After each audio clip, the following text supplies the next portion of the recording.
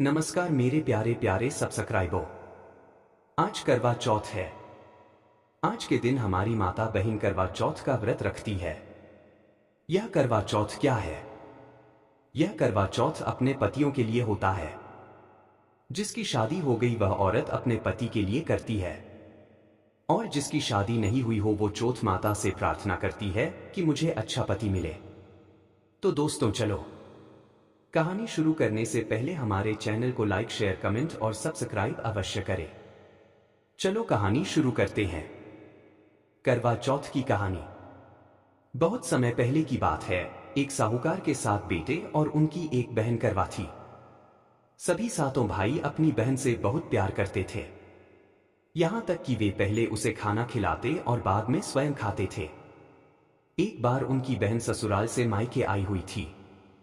शाम को भाई जब अपना व्यापार व्यवसाय बंद कर घर आए तो देखा उनकी बहन बहुत व्याकुल थी। सभी भाई खाना खाने बैठे और अपनी बहन से भी खाने का आग्रह करने लगे, लेकिन बहन ने बताया कि उसका आज करवा चौथ का निर्जल व्रत है और वह खाना सिर्फ चंद्रमा को देखकर उसे अर्घ्य देकर ही खा सकती है। चूंकि चंद्रमा अभी तक नहीं निकला है, इसलिए वह भूख प्यास से व्याकुल हो उठी है। सबसे छोटे भाई को अपनी बहन की हालत देखी नहीं जाती और वह दूर पीपल के पेड़ पर एक दीपक जलाकर चलने की ओट में रख देता है। दूर से देखने पर वह ऐसा प्रतीत होता है कि जैसे चतुर्थी का चांद उदित हो रहा हो।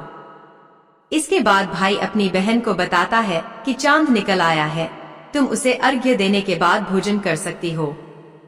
बहन खुशी के मारे सीढ़ियों पर चढ़कर चांद को देखती है, उसे अर्घ्य देकर खाना खाने बैठ जाती है। वह पहला टुकड़ा मुंह में डालती है तो उसे छींका जाती है। दूसरा टुकड़ा डालती है तो उसमें बाल निकल आता है, और जैसे ही तीसरा टुकड़ा मुंह में डालने की कोशिश करती है तो उसके पति की मृत्यु का समाचार उसे मिलता है। वह बौखला जाती है। क्यों खास है इस बार सुहाग का महापर्व करवा चौथ। सूर्य देव देंगे आशीष, कर ले पूजा का मुहूर्त और कथा का पाना। उसकी भाभी उसे सच्चाई से अवगत कराती है कि उसके साथ ऐसा क्यों हुआ। करवा चौथ का व्रत गलत तरीके से टूटने के कारण देवता उससे नाराज हो गए हैं और उन्होंने ऐसा किया है। सच्चाई जानने के बाद करवा निश्चय करती है कि वह अपने पति का अंतिम संस्कार नहीं होने देगी और अपने सतीत्व से उन्हें पुनर्जीवन दिलाकर रहेगी। वह पूरे 1 साल तक अपने पति के शव के पास बैठी रहती है, उसकी देखभाल करती है। उसके ऊपर उगने वाली सुईनुमा घास को वह एकत्रित करती जाती है। 1 साल बाद फिर करवा चौथ का दिन आता है।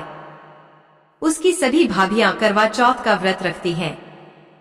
जब भाभियां उससे आशीर्वाद लेने आती हैं, तो वह प्रत्येक भाभी से यम सुई ले लो, पीएस सुई दे दो, मुझे भी अपनी जैसी सुहागिन बना दो, ऐसा आग्रह करती है। लेकिन हर बार भाभी उसे अगली भाभी से आग्रह करने का कह चली जाती है। इस प्रकार जब 6 नंबर की भाभी आती है तो करवा उससे भी यही बात दोहराती है। यह भाभी उसे बताती है कि चूंकि सबसे छोटे भाई की वजह से उसका व्रत टूटा था, अतः उसकी पत्नी में ही शक्ति है कि वह तुम्हारे पति को दोबारा जीवित कर सकती है। इसलिए जब वह आए तो तुम उसे पकड़ लेना और जब तक वह तुम्हारे पति को जिंदा न कर दे उसे नहीं छोड़ना। ऐसा कहकर वह चली जाती है। करवा चौथ पर इस बार 5 साल बाद बना है यह शुभ संयोग, जाने तिथि और शुभ मुहूर्त। सबसे अंत में छोटी भाभी आती है। करवा उनसे भी सुहागिन बनने का आग्रह करती है, लेकिन वह टालमटोली करने लगती है। इसे देख करवा उन्हें जोर से पकड़ लेती है और अपने सुहाग को जिंदा करने के लिए कहती है। भाभी उससे छुड़ाने के लिए नोचती है, खसोटती है, लेकिन करवा नहीं छोड़ती है। अंत में उसकी तपस्या को देख भाभी पसीज जाती है और अपनी छोटी अंगुली को चीरकर उसमें से अमृत उसके पति के मुंह में डाल देती है। करवा का पति तुरंत श्री गणेश कहता हुआ उठ बैठता है। इस प्रकार प्रभु कृपा से उसकी छोटी भाभी के माध्यम से करवा को अपना सुहाग वापस मिल जाता है। हे श्री गणेश माँ गौरी, जिस प्रकार करवा को चिर सुहागन का वरदान आपसे मिला है, वैसा ही सब सुहागिनों को मिले।